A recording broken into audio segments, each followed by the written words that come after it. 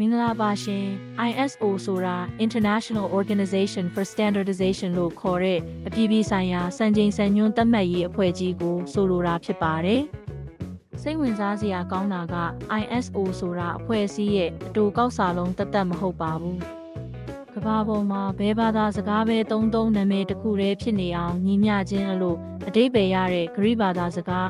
ISOS ကနေဆင်းသက်ပြီးပေးထားတာဖြစ်ပါတယ်။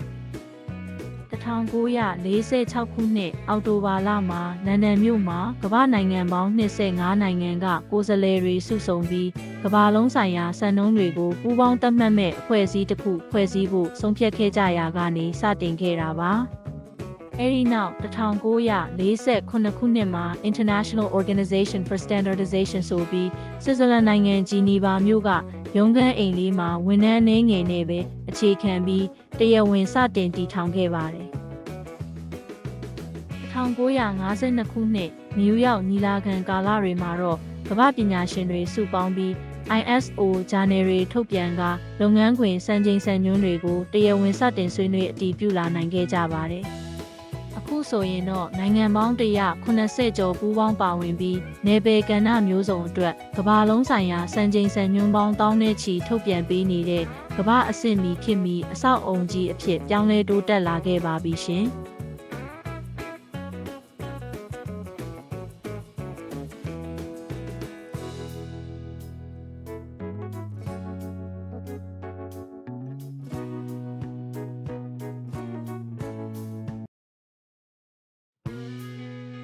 ISO အဖွဲ့အစည်းကြီးရဲ့လုပ်ထုံးလုပ်နည်းအခြေခံတန်ဖိုး၅ချက်မှာပထမအချက်ကတော့ ISO စံချိန်စံညွှန်းတွေကိုသတ်မှတ်တဲ့အခါသက်ဆိုင်သူအားလုံးရဲ့အကြံပြုချက်နဲ့သဘောထားတွေကိုတည်တည်ချာချာထည့်သွင်းစဉ်းစားပြီးမှအများသဘောတူညီချက်နဲ့ဖော်ထုတ်တာဖြစ်ပါတယ်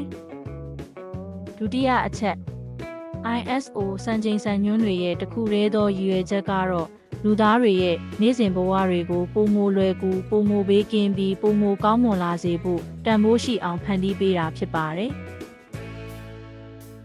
တတိယအချက်က ISO ဟာစံချိန်စံညွှန်းစာအုပ်တွေကိုရောင်းချပြီးရလာတဲ့ရန်ပုံငွေနဲ့စနစ်တကျလဲပတ်တာမို့လို့ဘသူဩဇာခံမှမဟုတ်ပဲလွတ်လပ်ပြီးဗတ်မလိုက်တဲ့ပတ်ဝန်းကျင်တစ်ခုမှာစံချိန်စံညွှန်းတွေကိုထိမ့်သိမ်းမြင့်တင်နိုင်တာဖြစ်ပါတယ်။